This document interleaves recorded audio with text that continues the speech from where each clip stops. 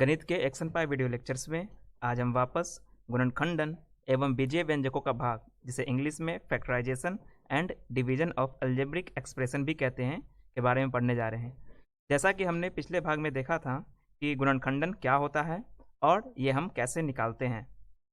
इसके लिए हमने बहुत सारे विधियों के बारे में भी जाना था। गुणनखंडन की मेनली 3 विधि के बारे में हमने पिछले भाग में पढ़ा था। वो कौन कौन सी विधि थी? तो पहला सार्वगुणनखंडन की विधि, जिसे इंग्लिश में कॉमन फैक्टराइजेशन मेथड कहते हैं। दूसरा जो था वो पुनर्विन्यास की विधि थी, जिसमें हम क्या करते थे, पदों को रीअरेंज करते थे। और जो तीसरी विधि थी वो थी मानक सर्वसमीका, जिसमें इसको इंग्लिश में कहते हैं स्टैंडर्ड आइडेंटिटीज। इसका यूज करके हम किसी बीजीय व्यंजक का गुणनखंड निकालते थे। इस भाग में हम एक नई विधि के बारे में जानेंगे, जिसकी मदद से हम किसी बीजीय व्यंजक का गुणनखंड निकाल सकते हैं। चलिए शुरू करते हैं। तो इस भाग में हम लोग देखेंगे कि हम कैसे बीजीय व्यंजक का गुणनखंड निकाल सकते हैं, उसके मध्य पद को तोड़ करके। तो मध्य पद जो होता है, मध्य पद को तोड़कर बीजीय व्यंजक का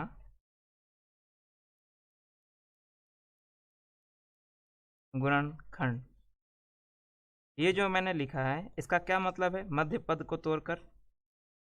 तो जब हम बात करें मध्य पद को तोड़ने की, इसका मतलब है कि जो बीजीय व्यंजक हम लेंगे वो क्या होगा, उसमें जो पदों की संख्या होगी वो क्या होगी, वो ऑड होगी। और यहाँ जनरली हम 3 पदों वाला बीजीय व्यंजक लेंगे। ठीक है, तो जैसे मान लीजिए कोई बीजीय व्यंजक हमारे पास दिया हुआ है, जैसे x square plus b x plus c, या फिर एक्स स्क्वायर का भी एक गुणांक ले लीजिए, a x square plus b x plus c. यह हमारे पास 3 पदों वाला जो है एक बीजीय व्यंजक है। तो इनका क्या करना है, हमें गुणनखंड निकालना है। तो मैं यहाँ पढ़ रहा हूँ कि मध्य पद को तोड़कर बीजीय व्यंजक का गुणनखंड कैसे निकालते हैं। तो ए एक्स स्क्वायर, बी एक्स और सी, यहाँ पे 3 पद हैं, तो इसमें मध्य पद कौन सा है? मध्य पद जो है वो है हमारा बी एक्स, ये हमारा मध्य पद है। ठीक है, बी एक्स। तो हम बी एक्स को कैसे तोड़ेंगे जिससे कि हमारा इस बीजीय व्यंजक का गुणनखंड निकल सके, तो ये सारी चीज़ें जो है हम आज जानेंगे। तो सबसे पहले हम कुछ मानक सर्वसमीकाओं के बारे में बात कर लेते हैं, जो कि हमने इसके पिछले भाग में पढ़ा था। तो पहले उसको थोड़ा सा देख लेते हैं कि वो क्या क्या था। उसके बाद हम ये जानेंगे कि ये मध्य पद को हम तोड़ेंगे कैसे। वो हम यहाँ पे इसलिए जान रहे हैं क्योंकि उसकी ज़रूरत जो है यहाँ पे हमें पड़ेगी।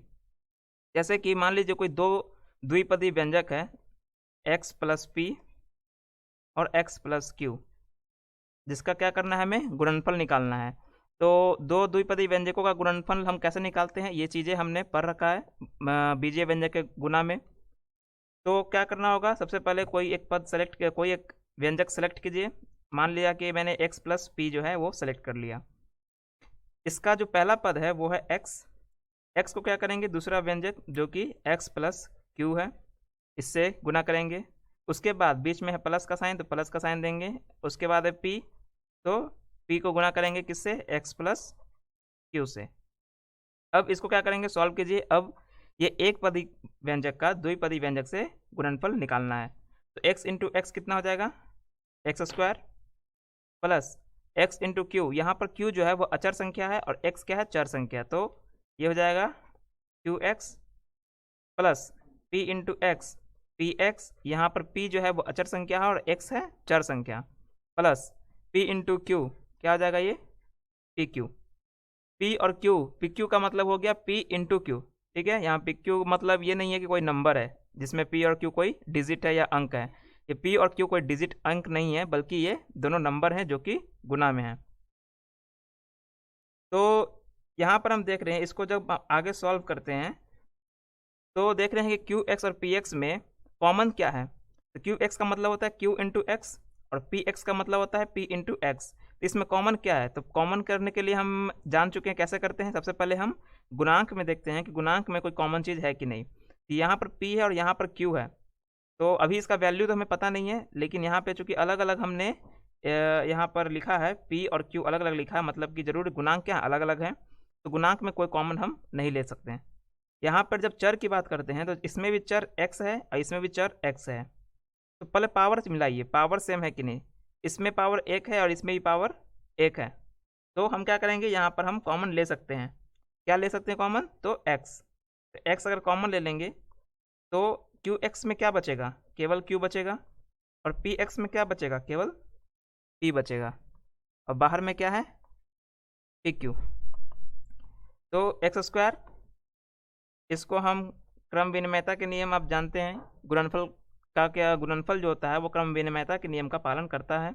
तो x into P plus Q को हम p plus q into x भी लिख सकते हैं, और q प्लस पी को भी हम p प्लस क्यू लिख सकते हैं, पी क्यू। ठीक है।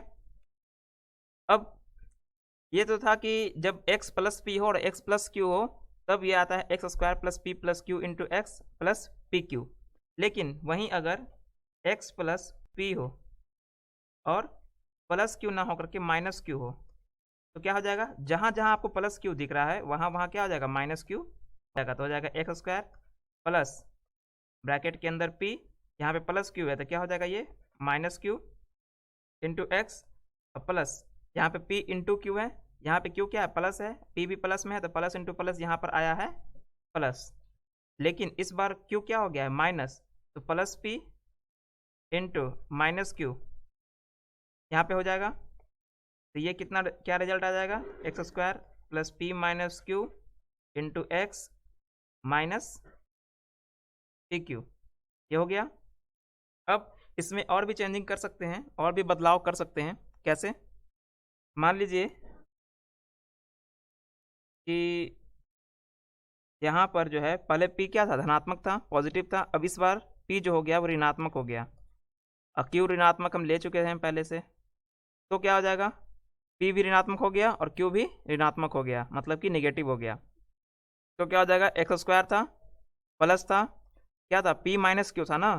तो इस बार p क्या है? निगेटिव है, और माइनस क्यू, वहाँ पे क्या था? p प्लस क्यू, क्योंकि वहाँ p और q दोनों पॉजिटिव थे।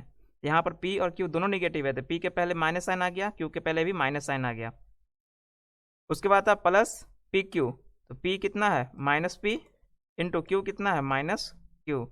इसको जब सॉल्व करेंगे तो क्या आ जाएगा? माइनस दोनों में कॉमन ले सकते हैं क्योंकि दोनों में माइनस साइन है, तो माइनस कॉमन लेंगे बाहर, तो ये बाहर प्लस को माइनस से गुना करेंगे तो कितना आ जाएगा? माइनस। अंदर में जब माइनस कॉमन ले लिए तो क्या हो जाएगा? यहाँ पर p प्लस क्यू और माइनस क्या क्या हो जाएगा?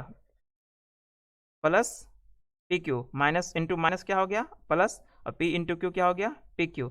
मतलब कि x माइनस पी को x माइनस क्यू से गुना करेंगे तो कितना आया result? X square minus P plus q into x plus p Q.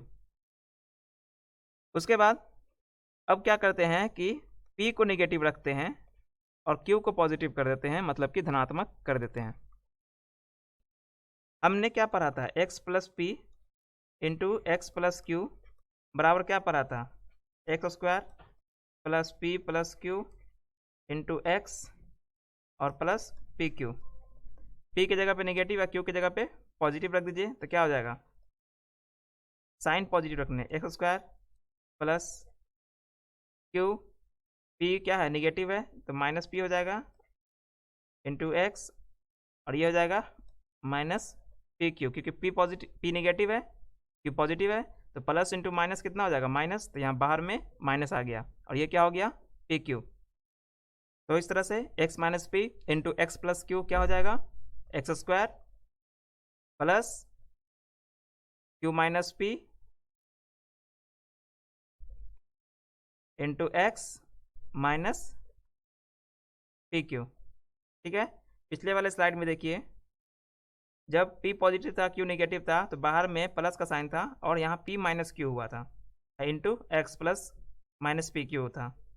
लेकिन जब p निगेटिव है और q पॉजिटिव है तो क्या हो गया? q में से p घटा, बाहर में x है माइनस पी क्यू। ठीक है।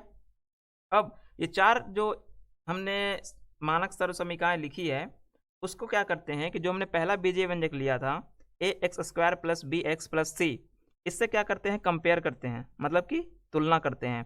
इसके हर एक पद को, जो हमारा मानक सरल समीकरण है उसके हर एक पद से तुलना करते हैं। तो यहाँ पर हम देख रहे हैं कि a x square plus b x plus c, और यहाँ पर देखिए x square plus p plus q into x plus p q. तो पहला पद मिलाइए, पहला पद में क्या है यहाँ पर ए एक्स स्क्वायर और यहाँ पर क्या है एक्स स्क्वायर। एक्स स्क्वायर के पहले कोई गुणांक नहीं है, मतलब कि गुणांक कितना है एक, क्योंकि एक क्या है छुपा हुआ है यहाँ पर। तो यहाँ पर ए जो है ए बराबर कितना है, ए बराबर 1 है। यहाँ पर देखिए दूसरा जो पद है वो है बी एक्स और यहाँ पर भी है P plus q into x. चर मिल रहा है, दोनों में चर मिल रहा है, तो बी जो होगा बी बराबर क्या होगा, बी बराबर होगा पी प्लस क्यू। ठीक है, दोनों में जब मिलाएंगे तो क्या आ जाएगा, एक्स एक्स तो मिल रहा है, तो जो गुणांक होगा गुणांक क्या होंगे, बी जो होगा वो किसके बराबर होगा, पी प्लस क्यू के। सी में बात करते हैं, जो तीसरा पद है सी और ये पी क्यू। सी भी एक अचर है, पी क्यू भी एक अचर, तो सी जो है वो सी का काम कौन कर रहा है यहाँ पर, सी का काम कर रहा है पी क्यू। ठीक है, तो इस तरह से जो हम देख रहे हैं कि जो दूसरा पद होता है वो होता है पी प्लस क्यू और तीसरा जो पद है वो होता है पी इंटू क्यू। मतलब कि पी क्यू का मतलब क्या हुआ, पी क्यू का मतलब हो गया पी इंटू क्यू जो कि सी के बराबर है, सी क्या है तीसरा पद। तो हम जानते हैं कि जब किसी संख्या को जब उस संख्या को छोटे छोटे टुकड़ों में तोड़ते हैं और उन टुकड़ों को जब गुना के रूप में लिखते हैं तो वो सारा जो टुकड़ा होता है वो उस संख्या का क्या कहलाता है, गुणनखंड कहलाता है। तो यहाँ पर पी सी जो है वो पी इंटू क्यू के रूप में लिखा हुआ है, तो जो पी और क्यू होगा वो क्या होगा, सी का गुणनखंड होगा। तो सी बराबर यहाँ पे क्या लिखा हुआ है, पी इंटू क्यू, तो पी और क्यू क्या होगा, सी का ये गुणनखंड होगा। और जो दूसरा पद है बी, दूसरा पद का जो गुणांक है बी, बी जो है वो पी और क्यू के सम के बराबर है, मतलब कि उसके योगफल के बराबर है, और पी और क्यू क्या है, सी का गुणनखंड है। तो इस तरह से कह सकते हैं कि जो दूसरा पद का गुणांक होता है वो क्या है, वो तीसरे पद के गुणनखंड के योगफल के बराबर होता है। ठीक है, मतलब कि अगर हम सी को जो तीसरा पद है उसको इस तरह से तोड़ें कि उनका जो टुकड़ा है, उनका जो गुणनखंड है, उनका योगफल बी पद के बराबर होना चाहिए। ठीक है, तो जब ऐसा होगा तो उसका जो गुणनखंड होगा वो क्या होगा, ये इस फॉर्म में होगा x plus p into x plus Q के रूप में। मान लेते हैं सी का गुणनखंड आया पी इंटू क्यू, तो बी टूट जाएगा कैसे, पी प्लस क्यू के रूप में टूट जाएगा। तो जब इस फॉर्म में आ जाएगा x square plus p plus q into x plus p Q, इस फॉर्म में इस रूप में जब आ जाएगा कोई बीजीय व्यंजक तो उसका गुणनखंड क्या हो जाएगा, x plus p into x plus q. ठीक है, उसी तरह से यहाँ पे आप मिलाइए, यहाँ पर ए का काम कौन कर रहा है, ए का काम कर रहा है एक, बी का काम कौन कर रहा है, बी का काम कर रहा है पी माइनस क्यू, और सी का काम कौन कर रहा है, सी का काम कर रहा है माइनस पी क्यू। ठीक है, यहाँ पर भी सी का जो गुणनखंड है वो है पी और क्यू, लेकिन एक गुणनखंड जो कि धनात्मक होगा और दूसरा गुणनखंड ऋणात्मक है, क्योंकि हम जानते हैं कि प्लस इंटू प्लस प्लस होता है, लेकिन जब प्लस को माइनस से गुना करते हैं तभी जाके माइनस आता है, अदरवाइज नहीं आता है। तो यहाँ पर माइनस लिखा हुआ है, मतलब कि दोनों में से कोई ना कोई एक गुणनखंड क्या होगा, ऋणात्मक होगा। तो चूंकि दो दो गुणनखंड हमारे पास है सी का, तो इन दोनों गुणनखंड के योगफल के बराबर है। चूंकि हमारे पास मान लेते हैं क्यू अगर ऋणात्मक है, यहाँ पर हम क्यू को ऋणात्मक दिखा रहे हैं, तो क्यू अगर ऋणात्मक है तो क्या आ जाएगा, अपने नेगेटिव साइन के साथ आ जाएगा। ठीक है, तो इस तरह से वो योगफल जो होता है वो अंतर में बदल गया, मतलब कि जो गुणनखंड था अब उसका अंतर जो होगा वो क्या होगा, मध्य पद का जो गुणांक है उसके बराबर होगा। ठीक है, तो मध्य पद को तोड़कर बीजीय व्यंजक गुणनखंड कैसे निकालते हैं, तो हम क्या करते हैं कि तीसरे पद को इस तरह से तोड़ते हैं कि उनका जो योगफल होता है, जो टुकड़ा आया उन टुकड़ों का जो योगफल होता है, जो गुणनखंड आया गुणनखंड का जो योगफल होता है या का जो अंतर होता है वो मध्य पद के गुणांक के बराबर होना चाहिए। जो तीसरा मानक सर्वसमीका है उसमें भी हम कंपेयर कर लेते हैं, तुलना कर लेते हैं। यहाँ पर ए का काम कौन कर रहा है, यहाँ कुछ नहीं है, गुणांक तो एक है, तो ए का काम कौन कर रहा है, ए का काम कर रहा है एक। बी का काम कौन कर रहा है, बी का काम कर रहा है minus P plus Q, minus into P plus Q. और सी का काम कौन कर रहा है, सी का काम कर रहा है पी क्यू। देखिए सी जो है यहाँ पर पॉजिटिव है, धनात्मक है, लेकिन इसका मतलब ये नहीं है कि ये प्लस और प्लस में है, मतलब कि पी और क्यू दोनों धनात्मक हैं। ये भी तो हो सकता है कि पी और क्यू दोनों ऋणात्मक हो, क्योंकि हम जानते हैं कि माइनस इंटू माइनस बराबर क्या होता है, प्लस होता है। अब यहाँ पर देख रहे हैं कि जो मध्य पद है वो कैसा है, ऋणात्मक, मतलब इससे स्पष्ट हो जाता है कि जो हमारा P और Q है वो क्या है, ऋणात्मक है, और इन दोनों का जो योगफल है वो किसके बराबर है, B के बराबर है। इस चौथा वाला जो मानक सर्वसमीका है उसमें कंपेयर कर लेते हैं, तुलना कर लेते हैं। A बराबर कितना है, 1, P बराबर क्या हो जाएगा, Q माइनस P। जो दूसरा वाला सर्वसमीका था, सेकंड सर्वसमीका जो था, उसमें हमारे पास जो Q था वो निगेटिव साइन था और P जो था वो पॉजिटिव था। यहाँ पर P निगेटिव है और Q पॉजिटिव है, तो B बराबर क्या आया, Q माइनस P, और C जो है वो माइनस PQ का काम कर रहा है। ठीक है, तो यहाँ पे माइनस साइन है, मतलब कि P और Q में से कोई एक क्या है, निगेटिव है। यहाँ पे हम देख रहे हैं कि हमारा P क्या है, निगेटिव है, और Q क्या है, पॉजिटिव, तो दोनों का गुणनफल क्या आएगा, निगेटिव। तो C बराबर, C को हमने तोड़ दिया P और Q में, P और Q उनके गुणनखंड हैं और उनका जो योगफल है, जो कि यहाँ पर अंतर में बदल गया है क्योंकि P हमारा निगेटिव है, तो उनका जो अंतर है वो किसके बराबर है, मध्य पद B के बराबर है। तो इस तरह से जो है हम किसी भी बीजीय व्यंजक के मध्य पद को तोड़ करके उनका गुणनखंड निकाल सकते हैं, और इस फॉर्म में जो भी ये बीजीय व्यंजक होगा उसको हम लिखेंगे इस तरह से, x minus p into x plus q, x minus p into x minus q, x plus p into x minus q, और x plus p into x plus q. ठीक है, इसे हम एक एग्जाम्पल से समझ लेते हैं। जैसे मान लीजिए हमारे पास कोई एग्जाम्पल दिया हुआ है, एक्स स्क्वायर प्लस 11x 28। मान लेते हैं ये कोई बीजीय व्यंजक हमारे पास दिया हुआ है। तो मैंने क्या बताया कि सबसे पहले काम ये करना है कि जो हमारा तीसरा पद है उसको सेलेक्ट करना है। तो तीसरा पद इसमें कौन सा है, ये तीन पदों वाला व्यंजक है। और हाँ, एक और बात ध्यान देना है, ये जो भी बीजीय व्यंजक होगा, ये मध्य पद को तोड़ने वाला जो काम है, ये जो विधि है, वो केवल एक ही तरह के बीजीय व्यंजक में काम आएगा, और वो है द्विघाती बीजीय व्यंजक। द्विघाती बीजीय व्यंजक। तो ये द्विघाती बीजीय व्यंजक का क्या मतलब है, द्विघाती से आपको स्पष्ट हो रहा है, मतलब घात कितना होना चाहिए, 2 होना चाहिए, मतलब पूरे बीजीय व्यंजक का घात जो होना चाहिए वो 2 होना चाहिए। क्योंकि पदों का घात हम निकालना सीख चुके हैं कि पदों का घात हम कैसे निकालते हैं। मान लीजिए अगर a x square y plus b x y plus c, ऐसे कुछ अगर कोई बीजीय व्यंजक दिया हुआ है, तो जो पहला पद है, पहला पद में है ए एक्स स्क्वायर वाई, तो इसका घात कितना होगा, पहले पद का घात, पहले पद का घात कितना होगा, एक्स पर घात कितना है 2, वाई पर घात कितना है 1, तो 2 प्लस 1 कितना हो जाएगा 3। दूसरा पद में क्या है, दूसरा पद में है बी एक्स वाई, बी तो अचर है, चर कौन है, एक्स और वाई, तो एक्स पर घात कितना है 1 और वाई पर घात कितना है 1, तो टोटल घात कितना हो गया।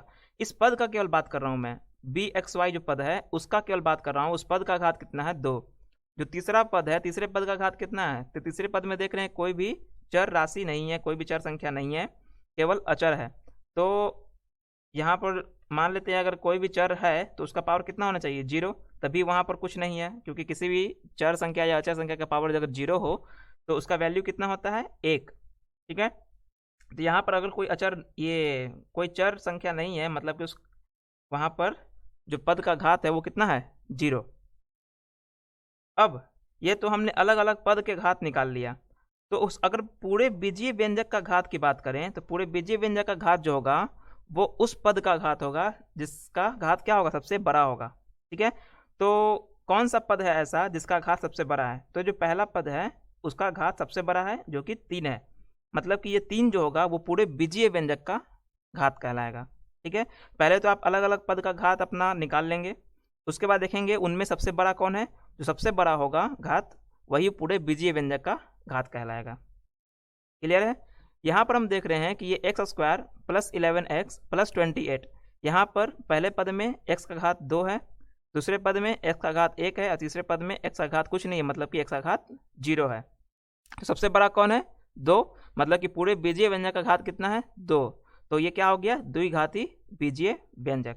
तो जो हमने मध्य पद को तोड़ करके गुणनखंड निकालने की विधि बताई है, तो वो केवल द्विघाती बीजीय व्यंजक के लिए ही लागू होगा।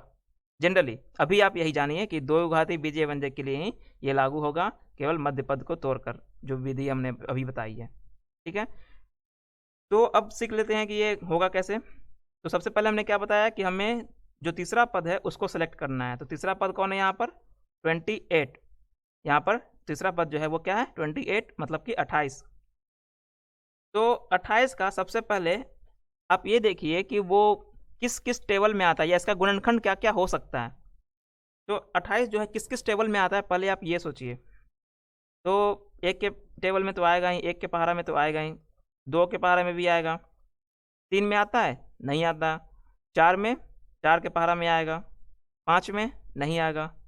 छः में नहीं आएगा, क्योंकि हमने बताया था विभाजिता के नियम याद कीजिए, उसमें 2 से, 3 से, 4 से, यहाँ तक कि 11 तक विभाजिता के नियम हमने बताया था कि किसी संख्या को हम कैसे देखकर बता सकते हैं कि वो किसी संख्या से विभाजित होगी कि नहीं होगी। तो 3 से विभाजिता का नियम क्या था कि हम अंकों को जोड़ते हैं। 8 × 2 = 10 हो जाता है, जो कि 3 से नहीं कटता, इसलिए 28 जो है वो 3 से विभाज्य नहीं होगा। 5 का मतलब क्या? 5 से अगर विभाजिता का नियम जानना है तो क्या होता है, पहला अंक हम देखते हैं, इकाई स्थान पर जो अंक है वो 0 या 5 होना चाहिए, जो कि है नहीं यहाँ पर, मतलब कि 5 से विभाजित नहीं होगा। 6 से भी नहीं होगा, क्योंकि 2 और 3 दोनों से होना चाहिए।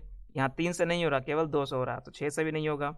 7 से, तो 7 में हमने बताया था, उसका एक अलग ही रूल बताया था हमने, और उसके 2 रूल बताए थे हमने, ठीक है। तो यहाँ पर देख रहे 4 से जब हम 28 में भाग लगाते हैं तो भागफल आता है 7, मतलब कि 7 से भी ये भाग क्या होगा, 7 से भी ये भाग क्या होगा, लग जाएगा, ठीक है। उसके बाद और किससे लग सकता है? और लग सकता है 8 से नहीं, 9 से नहीं, 10 से नहीं, 11 से नहीं, अब केवल लगेगा तो 14 से। कैसे? 14 दूनी 28। अगर आपको ये दिक्कत हो रही है कि कौन कौन संख्या से भाग इसमें लगेगा, या मतलब किन किस संख्या के पहाड़ा में ये 28 आएगा, तो कुछ नहीं करना है। सबसे पहले हमें 1 से 10 तक जितने भी संख्या आते हैं उनसे क्या करिए, पहले देखिए कि 28 किस किस संख्या के पहाड़ा में आ रहा है। उसके बाद उस संख्या से इस पूरे नंबर में ये जो बड़ा वाला संख्या है 28, उसमें भाग करते जाइए। जैसे 1 से भाग किया 28 में, मतलब कि 28 से ये कटेगा। 2 से भाग किया 28 में, मतलब 14 आता है भागफल, 14 से के पहाड़ा में भी ये 28 आएगा। 4 से भाग करते हैं 28 में तो 7 बार में करता है, तो 7 के पहाड़ा में भी ये आएगा। तो इस तरह से हमें क्या मिल गया, अलग अलग हमको ये उसका गुणनखंड मिल गया, मतलब कि 1 का मल्टीपल भी 28 है, 2 का गुणज भी 28 है, और 4 का गुणज भी 28 है। तो ये हमने क्या कर लिया, इसका अपना अलग अलग जो है फैक्टर्स निकाल लिया। इसको कहते हैं फैक्टर्स, ये जितने भी हैं वो फैक्टर्स कहलाएंगे, ठीक है। ये सारे फैक्टर्स कहलाएंगे, गुणनखंड है। तो अब हमें क्या करना है, स्टेप नंबर पहला था ये स्टेप नंबर पहला है। स्टेप नंबर 2 में क्या करना है?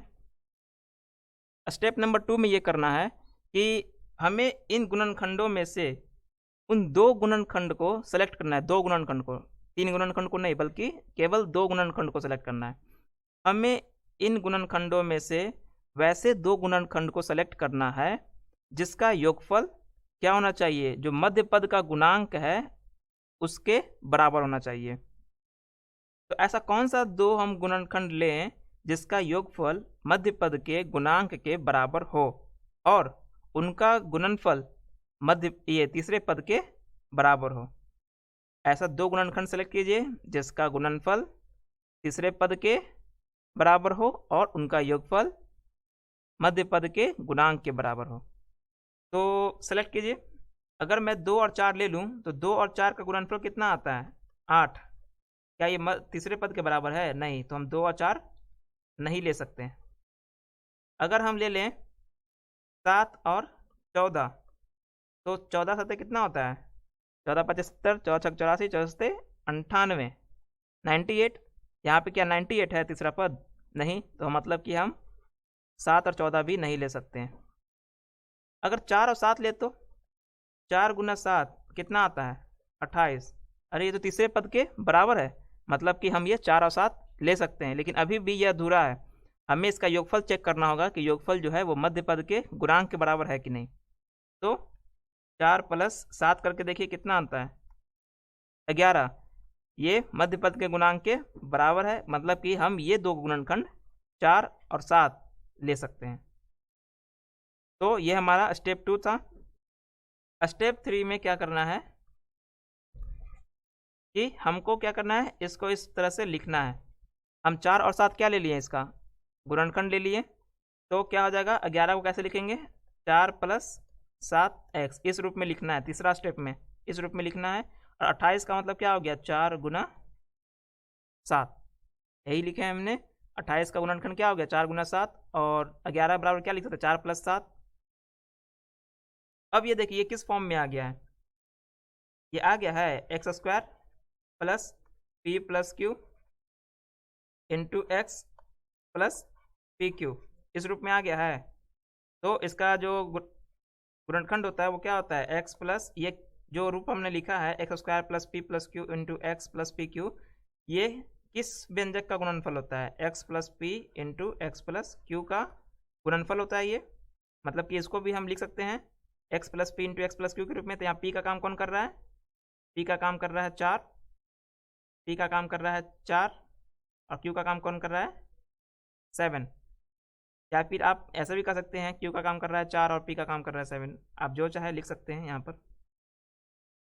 तो इसको हम लिख सकते हैं x plus 4 into x plus 7, ठीक है। लेकिन कभी कभी क्या होता है कि हमें ये मानक सरल समीकरण पता नहीं होती है, तो क्या करना होता है, अगर मान लीजिए आप मानक सरल समीकरण भूल गए, ये वाला जो x plus p into x plus Q का जो फॉर्म है, ये रूप है जो भूल गए, तो इस केस में क्या करेंगे आप इसका गुणनफल निकालेंगे कैसे वो देख लेते हैं। यहाँ पे देखिए 4 प्लस 7 है अंदर, बाहर में क्या है x, तो क्या करेंगे 4 को x से गुना करेंगे तो कितना आ जाएगा 4x, और 7 को x से गुना करेंगे तो कितना आ जाएगा 7x, अब प्लस कितना हो जाएगा 28। अब क्या करेंगे, अब सारो गुणनखंड विधि का यूज कीजिए, तो या फिर आप पुनर्विन्यास विधि का भी यूज कर सकते हैं। तो यहाँ पर देखिए जो पहला 2 पद है, हम बताए थे कि जब 4 पदों का व्यंजक हो तो उसमें 2-2 पद करके हम लेते हैं कॉमन। तो पहले 2 पद ये हो गया, दूसरा 2 पद ये हो गया। तो पहले 2 पद में कॉमन क्या हो जाएगा, गुणांक में कॉमन कुछ है नहीं है, यहाँ पर गुणांक 1 है और यहाँ पर गुणांक 4 है, तो गुणांक में कोई कॉमन नहीं हो सकता है। चर में कोई कॉमन है, बिल्कुल है, यहाँ पे भी चर x है और यहाँ पे भी चर x है, मतलब कि कॉमन हम ले सकते हैं। लेकिन x का कौन सा पावर कॉमन लेंगे, तो जो सबसे कम पावर होगा वो कॉमन लेंगे। तो x का सबसे कम पावर कौन है इस दोनों में से 1, तो x का पावर 1 कॉमन ले लिए। इसमें क्या बचा, केवल एक x बचेगा, प्लस x को कॉमन ले लिए तो अंदर क्या बचेगा केवल 4, क्योंकि 4x का मतलब होता है 4 इंटू एक्स, एक्स जब कॉमन ले लिए तो अंदर क्या बचेगा 4। अब 7x प्लस 28 में देखिए क्या कॉमन ले सकते हैं, तो पहले गुणांक में लाइए, गुणांक में कुछ कॉमन हो सकता है, बिल्कुल हो सकता है। 28 को हम क्या लिखते हैं 4 इंटू 7, यहाँ पर 28 अपना लिख करके 4 इंटू 7 ही लिखिए, ज़्यादा सही रहेगा। तो 7 कॉमन है तो 7 कॉमन ले लिए, इसमें x नहीं है और इसमें x है, मतलब कि हम x कॉमन नहीं ले सकते हैं। तो अगर 7x में से 7 कॉमन ले लिए तो अंदर क्या बचेगा ब्रैकेट के अंदर x, प्लस 7 कॉमन ले लिए हैं तो क्या बचेगा केवल 4। अब इन 2 पदों में से क्या कुछ कॉमन दिख रहा है, बिल्कुल दिख रहा है। ये जो 2 पदी व्यंजक है x प्लस 4, इसमें भी है, पहले पद में भी है और दूसरे पद में भी x प्लस 4 है। तो क्या हो जाएगा अगले पद में जो अगला लाइन होगा उसमें हम x प्लस 4 क्या कर लेंगे कॉमन, तो जो पहला पद है उसमें x प्लस 4 अगर कॉमन कर लिए तो बचेगा क्या केवल x। उसके बाद यहाँ पर देखिए 7 इंटू एक्स प्लस 4 में से अगर x प्लस 4 कॉमन ले लिए तो बचेगा क्या केवल 7। तो इस तरह से ये जो बड़ा सा द्विघाती व्यंजक हमने लिखा था यहाँ पर x square plus 11x plus 28, इसका गुणनखंड यहाँ पर निकल गया x plus 4 into x plus 7। तो कैसे निकला, मध्य पद को तोड़कर। तो ये 3 स्टेप्स जो हैं आपको हमेशा करने हैं, ठीक है। ये बहुत ही आसान विधि है, इसमें थोड़ा प्रैक्टिस की ज़रूरत होती है, जितना ज़्यादा आप इसमें प्रैक्टिस करेंगे उतना ज़्यादा ये आपको क्लियर होगा। तो मेरे ख्याल से आपको इसमें प्रैक्टिस ज़्यादा करनी है, क्योंकि इसमें आपको जो मध्य पद का गुणनखंड निकालते हैं तो उसमें गुणनखंड में हमें ये बार बार देखना पड़ता है कि उनका गुणनफल तीसरे पद के बराबर होना चाहिए और उनका योगफल या अंतर मध्य पद के गुणांक के बराबर होना चाहिए। तो इसको आपको ज़्यादा प्रैक्टिस करना होगा। एक और एग्जांपल हम ले लेते हैं यहाँ पे, जैसे x square minus 11x minus 60। तो पहला स्टेप मैंने क्या बताया, स्टेप नंबर 1, पहला स्टेप बताया कि जो मध्य पद है, मध्य पद क्या है, -60। ठीक है, तो मध्य पद -60, इसका गुणनखंड निकालना है हमें। सबसे पहले तो ये देखिए किस किस टेबल में आता है। तो 1 में, 2 में, और किस में आता है, 3 में, और किस में आता है, 4 में, और 2 3 से लग रहा है। ये पहला अंक जो है इकाई स्थान का अंक 0 है, 5 है, 5 से भी लग सकता है। इकाई स्थान का अंक 0 है तो 5 से भी लग जाएगा। 2 और 3 से भी हो रहा है तो ये 6 से भी भाग लग जाएगा इसमें। और किस में आता है, 7 में नहीं आता, 8 में नहीं आता, 9 में नहीं आता है क्योंकि अंकों का योग 6 है जो कि 9 से नहीं कटता है। 10 में आएगा। तो मैंने क्या बताया था, 10 तक पहले आप लगा लीजिए। 10 तक जितने भी संख्या आते हैं उनसे पहले जो बड़ा सा नंबर दिया हुआ है, जो तीसरा पद दिया हुआ है उसमें भाग लगा लीजिए। उसके बाद क्या कीजिए कि ये जितने भी आप 1 से 10 तक लिखे हैं नंबर, उनसे क्या कीजिए भाग कीजिए, और भागफल जो आता है वो भी यहाँ लिखाएगा क्योंकि उससे भी ये 60 विभाजित हो जाएगा। तो 60 में भाग लगाएंगे तो 60 आता है। 2 से 60 में भाग लगाएंगे 30 आता है, मतलब 30 से ही भाग लग जाएगा। 3 से 60 में भाग लगाएंगे तो भागफल आता है 20, मतलब 20 के पहाड़ा में भी 60 आएगा। 4 से 60 में भाग लगाएंगे तो आता है 15, 15 से भी भाग लग जाएगा इसमें। 5 से 60 में भाग लगाएंगे तो कितना आता है, 12, 12 पचे 60 होता है तो 12 से भी कट जाएगा। और 6 से भाग लगाएंगे तो 10, तो 10 तो यहाँ लिख ही दिए हैं। मतलब कि इतने सारे नंबर है जिसके टेबल में, जिसके पहाड़ा में 60 आता है। इनमें से ऐसा कोई 2 गुणनखंड हमें सेलेक्ट करना है जिसका योगफल, यहाँ पे हम -60 लिख रहे हैं, ठीक है, मतलब कि माइनस अगर लिख रहे हैं, तीसरा पद अगर निगेटिव है, मतलब कि उसके जो 2 गुणनखंड होंगे P और Q, उनमें से कोई एक क्या होना चाहिए, पॉजिटिव, और कोई एक निगेटिव होना चाहिए, ये ध्यान रखना है। तो हमें उन दोनों नंबर का, ये जो P और Q गुणनखंड आएंगे, इन दोनों गुणनखंडों का योगफल किसके बराबर होना चाहिए, B के बराबर, मतलब जो कि मध्य पद का गुणांक है। मध्य पद का गुणांक क्या है, वो है -11। क्लियर है। तो देखिए क्या हो जाएगा इसमें। तो 4 अगर 5 लें तो स्टेप 2 में हमको क्या करना है, स्टेप 2 में हमको गुणनखंड सेलेक्ट करना है। तो ऐसा कोई गुणनखंड सेलेक्ट कीजिए, जैसे कि 4 और 5 अगर करें तो 4 इंटू 5, 4 इंटू 5 कितना आ जाएगा, कोई भी एक आप वो कर लीजिए, निगेटिव साइन ले लीजिए। मान लीजिए 4 को ही हम -4 ले लिए तो कितना आ जाएगा, -20। ये तो -60 आना चाहिए, मतलब कि नहीं होगा ये। अगर 4 इंटू 10 कर लें तो कितना हो जाएगा, 40। माइनस ले लीजिए साइन, कोई भी 4 या 10 में से किसी एक को माइनस ले लीजिए। तो यहाँ पे कितना आ रहा है, 40। तो यहाँ पर चूंकि आना चाहिए 60, ये भी हम नहीं ले सकते हैं। तो और कौन ले सकते हैं, 12 अब 5, अगर 12 5 लें मान लीजिए। और यहाँ पर देखिए जो मध्य पद है, मध्य पद का गुणांक -11 है, मतलब कि P और Q को जोड़ रहे हैं तो आ रहा है कितना, -11। और आप जानते हैं कि ये माइनस आ रहा है क्योंकि P और Q में योगफल नहीं बल्कि अंतर हो रहा होगा। जब अंतर हो रहा है तो साइन चूंकि 11 का माइनस है, मतलब कि माइनस वाला जो संख्या होगा वो बड़ा होगा और प्लस वाला जो संख्या होगा वो छोटा होगा, तभी यहाँ पर साइन माइनस में है। जैसे कि हम करते हैं ना, 4 - 7 करते हैं तो ये दोनों भले ही घटता है लेकिन साइन किसका रहता है, जो बड़ा रहता है। तो बड़ा कौन है, 7, तो 7 का साइन है माइनस, तो यहाँ -3 लिखते हैं। उसी तरह से यहाँ पर अगर -11 आ रहा है, मतलब कि जो बड़ा संख्या होगा वो नेगेटिव साइन के साथ होगा और जो छोटा संख्या होगा वो पॉजिटिव साइन के साथ होगा, मतलब कि धनात्मक के साथ होगा। तो अगर 12 और 5 का गुणनफल निकालें तो आता है 60। अगर 12 क्या हो, निगेटिव हो, तो -60 आ जाएगा। तो चलिए गुणनफल, तो तीसरा पद तो मिल रहा है लेकिन दूसरा पद की बात करते हैं। 5 प्लस -12, क्योंकि हमको योगफल निकालना है ना, P और Q का योगफल निकालना है। तो 5 - 12 बराबर कितना आ जाता है, -7। आना चाहिए कितना, -11। तो -11 तो नहीं आ रहा है, मतलब कि हम 5 और 12 भी नहीं ले सकते। इस तरह से आपको क्या करना पड़ेगा, 2 गुणनखंड ऐसे सेलेक्ट करने पड़ेंगे। ठीक है। तो शुरू शुरू में इसमें टाइम लग सकता है, लेकिन जितना ज़्यादा आप इसको प्रैक्टिस करेंगे उतना ज़्यादा आपको उसका अभ्यास होगा, मतलब उतना ज़्यादा इसके बारे में आपको जानकारी होगी और आपका टाइम जो होगा धीरे धीरे कम लगेगा। तो इसमें आपको ज़्यादा ज़्यादा प्रयास करने की ज़रूरत है।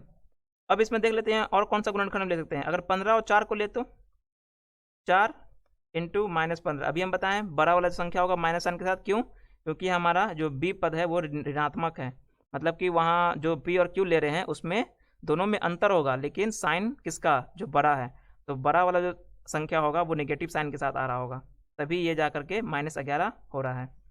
तो 15 क्या है माइनस साइन के साथ, और 4 ये है प्लस साइन के साथ। तो 15 इंटू 4 कितना आ जाएगा 60 -60। तीसरा पद तो मिल गया। दूसरे पद की बात करते हैं 4 प्लस -15। प्लस माइनस कितना हो जाता है प्लस, ये प्लस के बाद ब्रैकेट स्टार्ट है, मतलब कि ये गुणनफल हो रहा है। तो प्लस इंटू माइनस -15। 4 में से 15 गया, कितना बचेगा 11। क्योंकि बीच में माइनस का साइन है तो दोनों में घटाव होगा, तो बड़ा में से छोटा को पहले घटा दीजिए, साइन उसका रहेगा जो बड़ा है। तो बड़ा कौन है यहाँ पर 15, तो 15 का साइन क्या है माइनस, तो यहाँ पे -11। देख रहे हैं कि यहाँ पर मध्य पद जो है वो -11 है, यहाँ पे मध्य पद, यहाँ पे योगफल भी हमारा -11 आ रहा है। मतलब कि हम 4 और 15 को हम यहाँ पर ले सकते हैं, इन दोनों गुणनखंड को हम यहाँ पर ले सकते हैं। तो स्टेप नंबर 3 में आप इसको अरेंज कीजिए, मतलब कि लिखिए -11 को क्या लिखिएगा आप, अगर इसको हम ऐसे लिखें +4, क्योंकि -11 जो है वो क्या है पी और क्यू का योगफल है। तो पी और क्यू के यहाँ पे क्या है 4 और -15। तो ब्रैकेट के अंदर लिखिए ये हो गया पी जो 4 है, और -15 जो क्या है क्यू है। बाहर में क्या है x, और ये -60 को कैसे लिखेंगे, ये इसको प्लस लिख सकते हैं, इसको -15 लिखेंगे। ठीक है, ये -11 को टोटल हम लिखे हैं 4 -15। अब 4 -15 करेंगे तो अपने आप वो -11 आ जाएगा। अब क्या करेंगे, इसको अलग अलग कर लीजिए। 4 इंटू एक्स कितना हो जाएगा 4x, और 15 इंटू एक्स कितना हो जाएगा 15x। लेकिन ये माइनस है, अब बाहर में क्या है प्लस है, प्लस इंटू माइनस कितना हो जाएगा माइनस। 15 इंटू एक्स कितना हो जाएगा 15x, और ये हो जाएगा -4 इंटू, क्योंकि प्लस इंटू माइनस कितना हो जाएगा -4 इंटू 15। नेक्स्ट में यहाँ पे देखिए x² प्लस 4x में कॉमन क्या है, केवल x कॉमन है, x का पावर 1 कॉमन ले लेंगे तो क्या हो जाएगा ये x इंटू, अगर x² में x कॉमन ले ली तो बचेगा क्या केवल x, तो अंदर में क्या बचेगा x। पीछे देखिए ये 4 है 4x है, तो x कॉमन ले लिए तो बचेगा क्या इसमें केवल 4, तो केवल 4 बचा। उसके बाद देखिए ये इसमें भी माइनस है और इसमें भी माइनस है, तो माइनस माइनस क्या कर लेंगे कॉमन ले लेंगे, तो माइनस कॉमन ले लीजिए। उसके बाद देखिए यहाँ पर 15 है, तीसरे पद में 15 है या चौथे पद में भी 15 है, दोनों में 15 15 कॉमन है, तो 15 कॉमन ले लीजिए। उसके बाद देखिए यहाँ पर x है, लेकिन यहाँ पर कोई भी चर नहीं है, तो हम चर कॉमन नहीं लेंगे। तो जब 15 कॉमन ले लिए हैं तीसरे पद में, तो बचेगा क्या केवल अंदर x, और चूंकि माइनस भी कॉमन ले लिए हैं तो क्या बचेगा केवल प्लस एक्स। तो प्लस छुपा हुआ रहता है, सबसे शुरू में अगर लिख रहे हैं तो प्लस छुपा हुआ रहता है, x हो गया। उसके बाद माइनस कॉमन ले लिए हैं, 15 कॉमन ले लिए हैं, तो बचेगा क्या केवल 4, वो भी +4। तो यहाँ पर प्लस हम मेंशन करेंगे, लिखेंगे +4। अब देखिए यहाँ पे क्या हुआ, इस पद में और इस पद में मिलाइए, कुछ कॉमन नज़र आ रहा है। इसमें भी x+4 है जो कि गुणनफल में है, और इसमें भी x+4 है जो कि गुणनफल में है। तो दोनों में x+4 है, तो x+4 क्या कर लिए कॉमन ले लिए। पहले पद में जब x+4 कॉमन ले लिए तो बचा क्या केवल x। दूसरे में जब x+4 कॉमन ले लिए तो बचा क्या केवल -15। तो इस तरह से जो है जो बीजीय व्यंजक था x² -11x -60, उसका गुणनखंड कितना आ गया x+4 इंटू x -15। ये x + p into x - q के रूप में है। तो इस तरह से हम क्या करते हैं कि मध्य पद को तोड़ करके हम किसी भी द्विघाती बीजीय व्यंजक का गुणनखंड निकाल सकते हैं। तो आइए जान लेते हैं कि आज हमने क्या क्या सीखा। आज हमने जाना कि मध्य पद को तोड़ करके हम किसी द्विघाती बीजीय व्यंजक का गुणनखंड कैसे निकालते हैं। तो क्या करते हैं, जो तीसरा पद होता है उसका गुणनखंड निकालते हैं। उसके अलग अलग गुणनखंड निकाल लिया हमने। कोई 2 गुणनखंड सेलेक्ट करते हैं, उनका गुणनफल जो होना चाहिए वो तीसरे पद के बराबर होना चाहिए और उनका योगफल होना चाहिए जो मध्य पद के बराबर होना चाहिए। और उसको फिर क्या करते हैं, उसी रूप में तीसरे स्टेप में लिख देते हैं और उसमें हम कॉमन लेकर के सार्व गुणनखंड विधि का यूज करके हम उसका गुणनखंड निकाल लेते हैं। आज के लिए बस इतना ही। मिलते हैं एक्शन पाई के अगले सेशन में कुछ नई जानकारियों के साथ। धन्यवाद।